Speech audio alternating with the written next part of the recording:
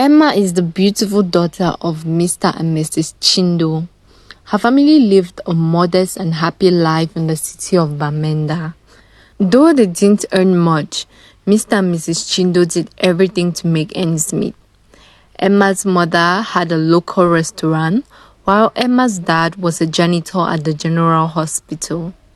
Most often than not, Emma's mother sustained the family, and she even gave monthly allowances to both Emma and her father. One fateful day, while stuck in traffic, Emma's mother saw her husband hugging and kissing a strange woman with her kid. Emma's mother approached the strange woman, who gave her a shocking revelation. Mr. Chindo had another family. Emma's mother drove Mr. Chindo out of the house and packed hers and Emma's belongings to relocate to the city of Boya. As Mr. Chindo left the house, Emma followed after him and he told her that they will meet again somehow. The next day, they packed all their belongings in Mrs. Chindo's mother's car and headed off to the city of Boya. On arrival, Emma's grandmother had looked for a new house for them and even went as far as getting a full scholarship for Emma in the University of Boya, the best university in the country. On Emma's first day in the university, she woke up early and wore a simple black jeans and a brown long-sleeve top. Her auntie B, drove her to school in her mother's car. When they arrived to school, Auntie B took 5 minutes of Emma's time to tell her to be careful of the rich students in school because they might mock her and say awful things to her, but she should always remember what she came to do in the university.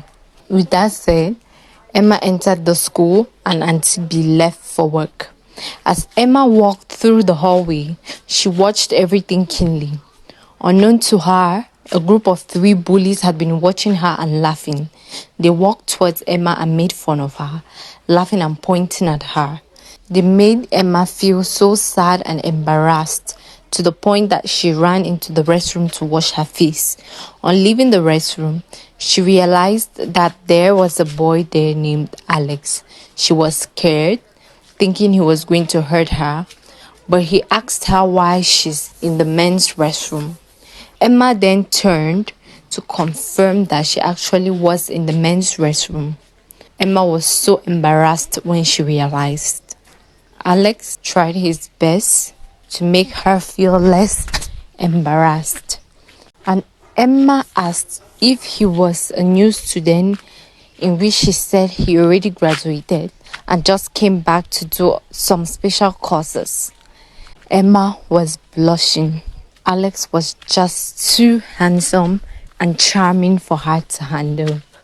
In an attempt to hide her blush, she left the restroom. As she held the doorknob, Alex told her he would like to see her around.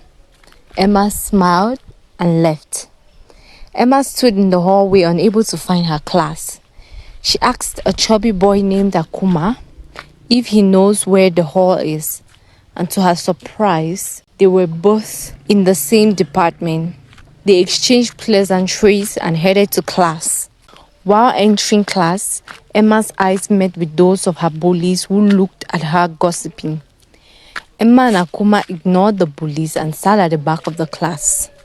Few minutes later, the lecturer came in and introduced the book they'll be studying for the semester. One of the bullies, named Gemma, told the lecturer that she can't read the whole book. She said the book was too big, and the lecturer threatened to dismiss her from class. But Gemma threatened the lecturer that she would tell her father to get her fired.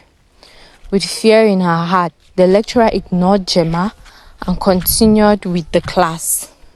Emma watched surprisingly, and Akuma told her that Gemma's father is one of the main shareholders of the university, so she can get away with everything.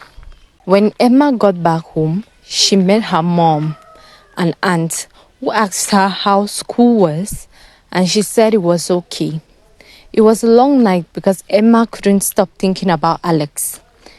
In the middle of her thoughts, she fell asleep, unable to wait for the next day to see Alex.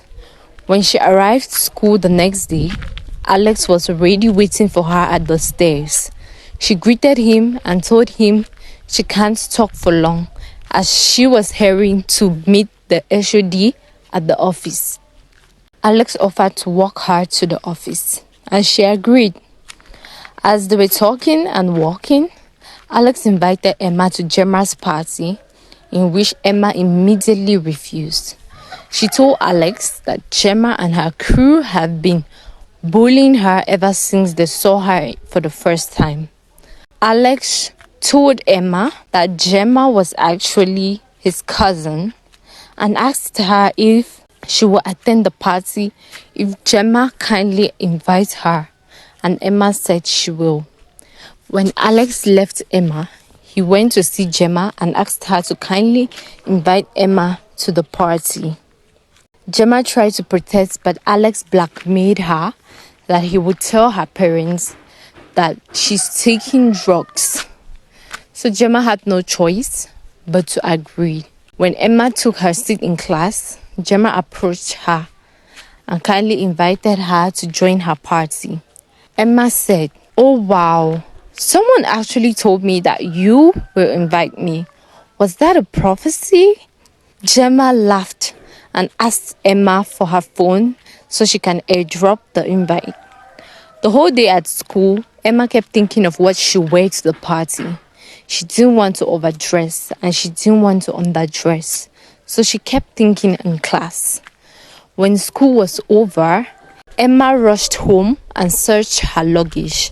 She remembered she had a gown that her father gifted her when she was 16.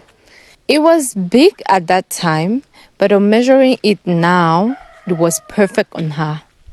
Emma's auntie watched her at the door as she measured the gown. She saw how excited Emma was and she decided to drive Emma to the party. But Emma had promised to call them before 11 p.m. so her auntie can pick her up. Emma got dressed, did a light makeup, and looked effortlessly beautiful. Emma's mother accompanied Emma's auntie to drive Emma to the party venue, which was at Gemma's father's house. After Emma's mother and Auntie B dropped her off at Gemma's house, they stared at the tall buildings and spoke about how Emma's classmates were very rich. When Emma entered the party, all eyes were on her. She looked so beautiful that other guys tried to dance with her. Emma stood beside the pool looking for Alex. And all of a sudden, Alex approached her from behind with a hand on her waist. Alex said he stood on the balcony and a beautiful girl walked in, catching the attention of everyone, and immediately he knew it was Emma. He then asked Emma if she dressed up for him, and she accepted, asking him if he liked the outfit. They both started blushing and decided to sit by the pool with their legs in the water. They talked and talked all night. Alex offered alcohol to Emma, but she rejected, saying she doesn't drink alcohol. Alex then offered her water and she drank. Upon tasting the water, she realized that something was added to it. And she asked Alex what it was, but he just kept laughing. Few minutes later, she felt a funny sensation. She was happy, carefree, and dizzy. And all of a sudden, Alex tried to kiss her, but she pushed him away. Unknown to Emma, the party was filled with drugs, and Alex had put some drugs in the water she drank. One thing led to another, and Alex ushered Emma to a hidden room in the house. Alex kissed Emma and tried to take off her clothes, but she told him that she had never done something like this before. Alex then asked Emma if she was a virgin, and she said yes. He then started laughing, which prompted Emma to ask him why he was laughing. Alex said he had never been with a virgin before. Under the intoxication of drugs and alcohol, they had sex. The next morning, Alex woke up Emma so she could go home and prepare for school. He then drove her to her house and watched as she got home. Emma kept smiling, thinking she had finally found her happily ever after, and she truly felt that Alex loved her and she loved him too. Later that morning, when Emma arrived at school, she saw Alex kissing another girl. She approached Alex and asked him who the other girl was, but Alex brushed her aside, saying he is over her. Emma was heartbroken and felt betrayed. She tried with all her strength to avoid Alex and his numerous girls. One day, when she went to the office to apply for a job in the university, she met Andrew. Apparently, Andrew was popular with the lecturers but not with the students. They exchanged greetings and met each other every day when Emma came to sign out. One day, when Emma sat beside the office trying to come up with a business plan, Andrew watched her from afar. He offered to take a look and did some insightful adjustments to her business plan. He made all the calculations look so simple. He even offered to help her look for shareholders. Emma was thrilled. In the end, she made Andrew her business partner, and together they started a successful business.